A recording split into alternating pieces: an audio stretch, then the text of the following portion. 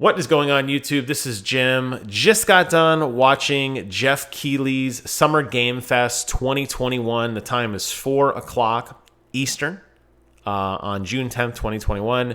The Summer Game Fest is the formal introduction into E3 2021, an entirely digital event again this year. Hopefully the last. Hopefully we'll be back in person again next year. Thanks, COVID. But Geoff Keighley put on a pretty impressive show that lasted about, hour and a half or so, 2 hours, highlighting different features of games and trailers and news. And I was pleasantly surprised to see that my beloved Dark Pictures Anthology actually got its third game, House of Ashes, debuted. We actually have a date for it. We got to see a snippet of kind of what to expect. Now, Dark Pictures is by Supermassive made Until Dawn, one of my absolute favorite games ever. I love this game. It is such a phenomenal choose-your-own-adventure action-type game where not all the main characters survive. As a matter of fact, it's pretty hard to get everybody to survive.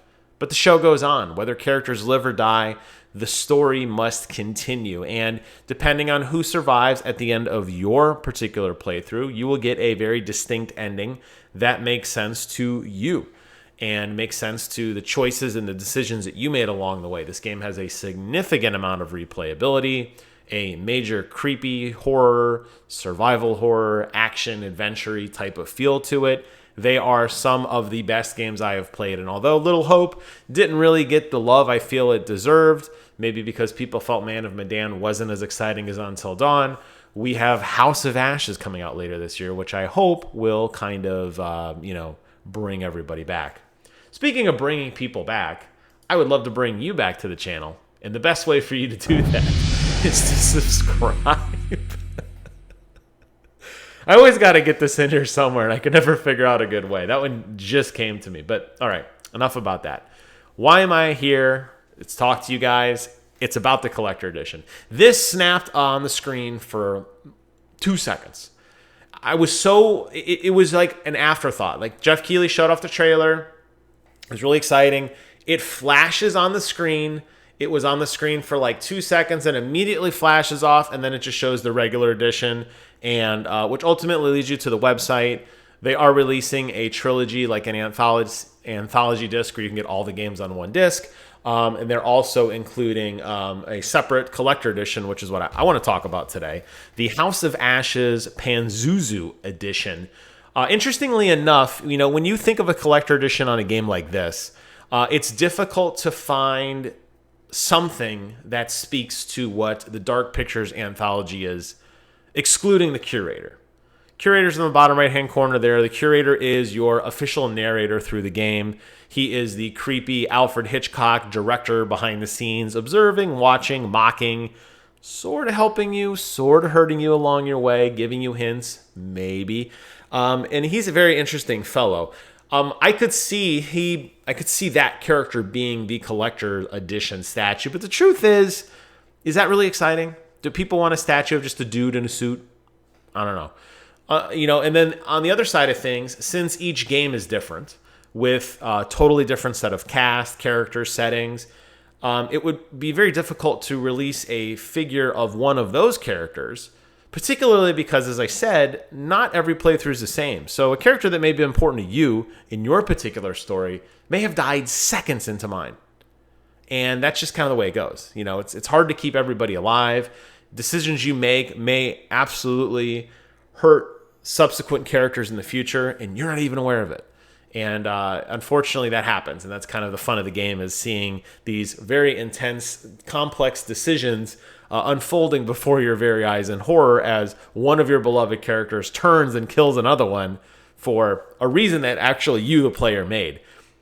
So it's going to be hard to find a collector edition because what's it going to be? So I guess they decided it's going to be this thing called the Underworld creature, which all these games hover around some sort of greater evil that the characters are trying to fight or to survive or escape from or whatever.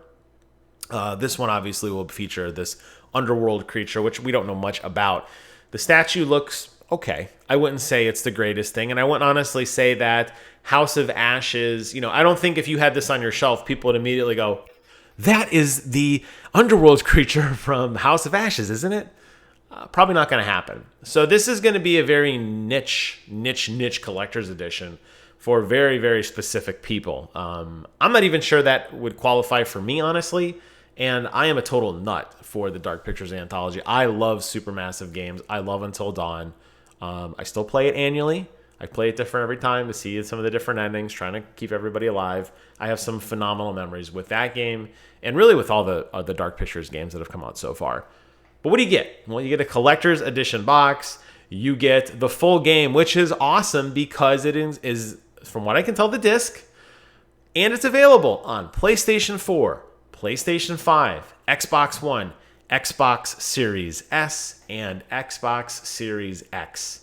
I don't see the word Steam written on here anywhere, so I assume that you will get a physical disc if you buy it on the PC version, which, let me tell you, fellow PC Master Racers, we always get the shaft when it comes to collector editions, and we always get the shaft when it comes to collector editions with the actual media included. So that remains to be seen, but based on the picture, based on the lack of the word Steam or anywhere else as I talk about Epic Game Store, digital download, I kind of have the feeling that we're going to get the actual disc. You also get a sticker set, an art print, a pin, and an early pre-order bonus, which includes some scenes and some digital goodies, whatever.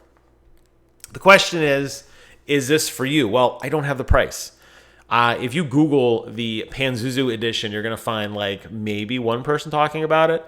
I guess it's too new to actually report on yet, but we're going to do it anyway. As a matter of fact, if you go to the official Dark Pictures Anthology website, even the Bandai Namco store, they don't even mention it. So I know they want your money, of course, but I don't think they're quite ready to reveal it yet to the world. So I don't know what it costs.